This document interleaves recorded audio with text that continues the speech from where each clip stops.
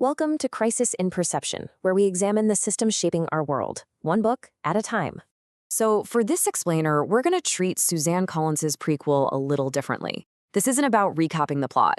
Instead, think of it as a case study in how power is built. We're focusing on a young Coriolanus Snow and the 10th Hunger Games, because really, that's what they were, a laboratory for figuring out authoritarian control. This is all about the system, long before it got so brutally efficient. You know, to really get to the bottom of that system, we have to start with this one question from Dean Highbottom. The easy answer is just punishment, right? But the book is pushing us to look deeper, to uncover the core philosophy that holds up a structure as monstrous as the games. So let's talk about chaos and control. See, the Capitol's entire authority is built on this one powerful, frankly terrifying idea. An idea championed by the head game maker, Dr. Gall, that human beings are, at their very core, savage, that our natural state is chaos, and that only absolute, unwavering control can ever save us from ourselves. And here's what's so brilliant about how the book presents this argument. It frames it as an undeniable choice. The Hunger Games arena, it's basically a live demonstration of humanity without any rules, just a microcosm of chaos. And this is the perfect justification for the Capitol's role. They get to be the enforcers of a brutal but supposedly necessary social contract, the only thing standing between civilization and total collapse. So you see, the games aren't just punishment. They're meant to be annual proof of this philosophy. And this is the idea that a young Coriolanus Snow really starts to buy into. The whole spectacle is designed to prove, year after year, that even the most innocent kid will turn violent to survive. And that just keeps reinforcing why everyone needs the Capitol's heavy hand. But here's the thing. You can't run a system like this forever on just force. Real, lasting control needs consent. Or, at the very least, it needs people to play along. And this is exactly where the early Hunger Games were failing. And I mean, failing badly. The whole thing was failing as propaganda because the audience it was meant for, the citizens of the Capitol, were just totally tuned out.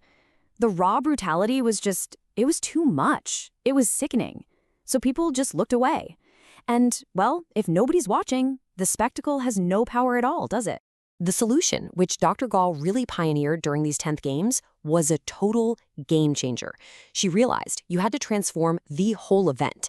You have to take it from being a mandatory punishment that people have to endure and turn it into an interactive show that people actually consume. You have to make them want to watch. And the tools they used for this were actually pretty simple. You bring in mentorships and interviews. Suddenly, these kids aren't just faceless tributes. They're characters with stories, people you can actually root for. Then you add sponsorships and betting. Now the audience isn't just watching anymore. Oh no. Now they're active participants. They are financially and emotionally invested in who wins and who dies. And that's the sinister genius behind it all. It becomes a game where the rules themselves are designed to teach obedience. Every new feature, every little tweak to the format, it's not just there for entertainment. Nope, it's a carefully designed lesson. For the districts, it teaches submission.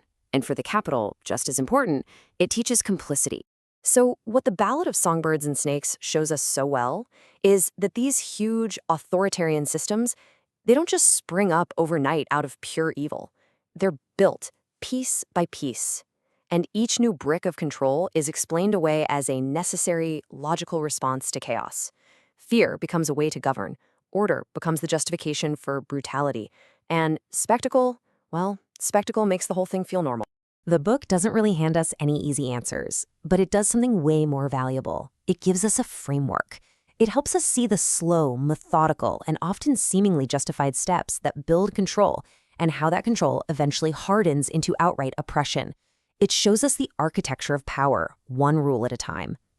For the full, long-form deep dive into this book and its ideas, follow the link in the description.